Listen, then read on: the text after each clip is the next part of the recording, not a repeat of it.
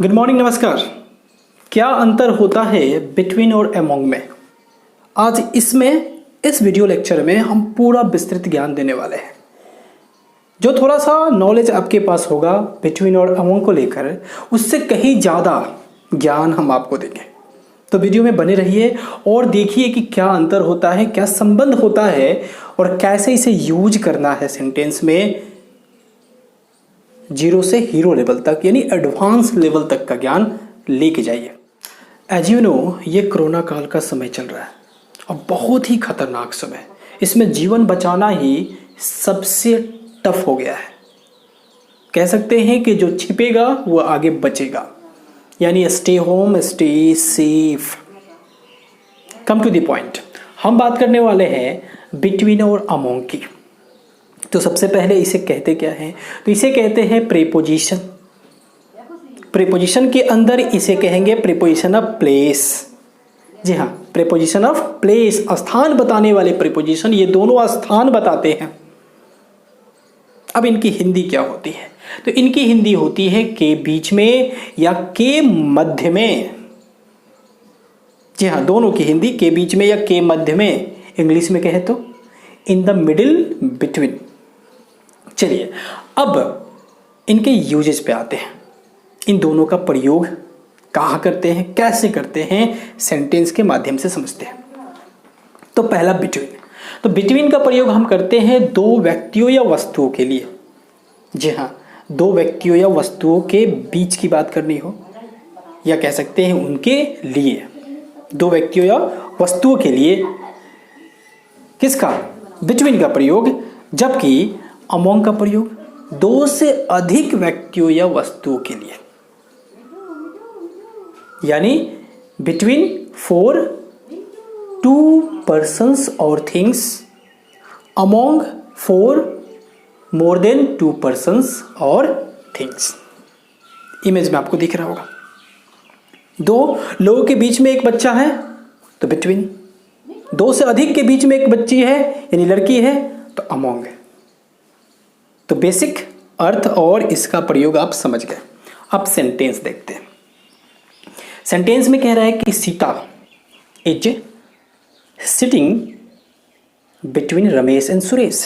रमेश और सुरेश के बीच में सीता बैठी है। तो रमेश और सुरेश दो व्यक्ति उसके बीच में बैठे, इसलिए क्या होगा जी? बिटवीन। अगर कहते Sita is sitting between among some people, यानी कुछ लोगों के बीच में बैठी है, तब क्या होगा जी? अमोंग होगा, बिटवीन नहीं होगा।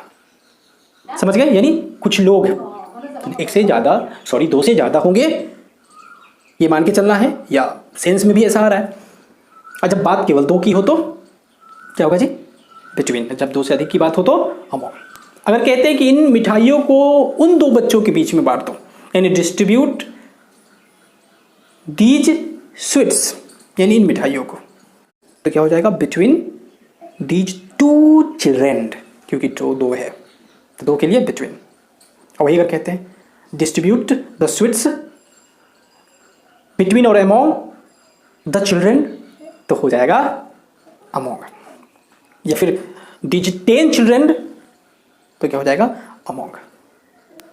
कभी कभी सेंटेंस को समझना भी पड़ेगा, सेंटेंस के अर्थ को समझना भी पड़ेगा, और उसके आधार पे आपको अमोंग और बिटवीन चूज एक को सिलेक्ट करना पड़ेगा।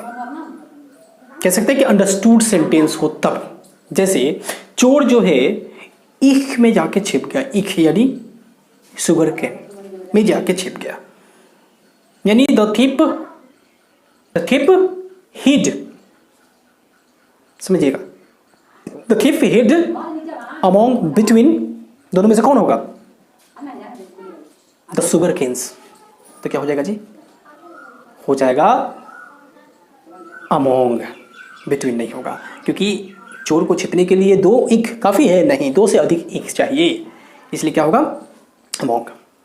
अगर कहते हैं कि उसने अपने पैरों के बीच में जमीन पर अपना बैग रखा, यानी she put her bag on the ground between among his feet, sorry her fit.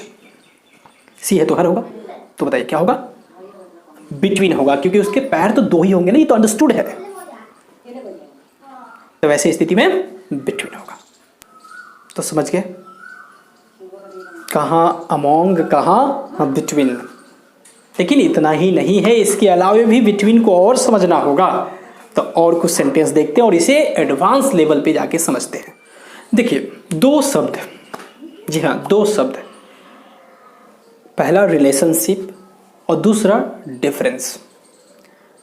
पहला रिलेशनशिप और दूसरा डिफरेंस। यदि यह सेंटेंस में अवेलेबल हो, मौजूद हो और उसके बाद बिटवीन या अमोंग में से एक का प्रयोग करना हो तो बिटवीन का प्रयोग होता है, अमोंग का नहीं होता। क्या कहा हमने? रिलेशनशिप और डिफरेंस के बाद बिटवीन आता है, अमोंग नहीं आता है। सेंटेंस कुछ इस प्रकार हो जैसे there is a good relationship between slash among, यानी दोनों में से एक को आपको चुनना है।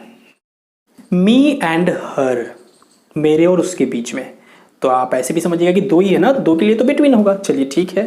लेकिन अगर हो जाए मी एंड देम, मेरे और उनके बीच में, तो मैं तो हो ही गया और देम में तो दो से अधिक होंगे या कम से कम दो होंगे, तो कुल मिलाकर तीन हो गए। तो अब बताइए, अभी भी बिटवीन ही होगा। क्यों? क्योंकि रिलेशनशिप वर्ड के बाद डालना है। समझ गए? दूसरा sentence, what are the differences between oblique among Ramesh, Suresh and Mahesh. मैंने तीन लोगों का नाम रखा, रमेश, सुरेश एंड महेश के बीच में क्या अंतर है? तो अब क्या होगा? बिटवीन होगा या अमोंग होगा? तीन आदमी की बात है, तब भी बिटवीन ही होगा। ऐसे भी होता रमेश, सुरेश, महेश, मुकेश एंड रितेश, अब भी बिटवीन ही होता, क्योंकि बिटवीन का प्रयोग करना है यहां पे डिफरेंस के बाद। समझ गए? तो हाँ, रिलेशनशिप और डिफरेंस के बाद हमें डालना है बिटवीन, ना कि अमोंग। दूसरा क्या ध्यान में रखना है, ध्यान से सुनिएगा। रिलेशनशिप की बात तो हो लेकिन रिलेशनशिप वर्ड ना दिखे, मतलब सेंटेंस में रिलेशनशिप वर्ड ना हो परंतु रिलेशनशिप की बात हो, इनडायरेक्टली कह सकते हैं कि रेसिप्रोकल रिलेशनशिप हो। जैसे देयर इज ए ट्रीटी, यानी संधि है, समझौता है, डैश, मैंने खाली स्थान छोड़ रखा है, डैश दीज फोर कंट्रीज, यानी इन चार देशों के बीच में एक संधि है, समझौता है। तो क्या होगा? अब ये जो ट्रीटी है ये एक तरह का रिलेशनशिप ही है। तो भले ही रिलेशनशिप शब्द नहीं आया है लेकिन उसका अर्थ आ रहा है, तो इसे हम रेसिप्रोकल रिलेशनशिप कहेंगे। और यहां भी अमोंग नहीं होगा, चार को देख के अमोंग नहीं डालना है, यहां भी क्या होगा जी? बिटवीन होगा। अगर हम कहते हैं एन एग्रीमेंट या फिर ए डिसएग्रीमेंट भी कह सकते हैं, was reached dash these 5 countries या दीज 5 पार्टीज, इन 5 पार्टियों के बीच में एग्रीमेंट हुआ, तो बताइए, तो बिटवीन होगा, अमोंग नहीं होगा। एक अंतिम प्रयोग और उसके बाद ये वीडियो आज खत्म हो जाएगा। सिंगुलर नाउन लगातार, यानी एक सीरीज में अगर हो और उनके बीच की बात करनी हो तब भी हम बिटवीन का ही प्रयोग करते हैं। जैसे यदि कहना हो कि स्विट्जरलैंड फ्रांस, जर्मनी, इटली और ऑस्ट्रिया के बीच में है, तो क्या कहेंगे? क्योंकि ये क्रम की बात है, मतलब फ्रांस, जर्मनी, इटली और ऑस्ट्रिया ये क्रम में है और उसके बीच में है स्विट्जरलैंड, तो कहेंगे स्विट्जरलैंड लाइज बिटवीन, ना कि अमोंग। क्या कहेंगे? Between France, Germany, Italy and Austria.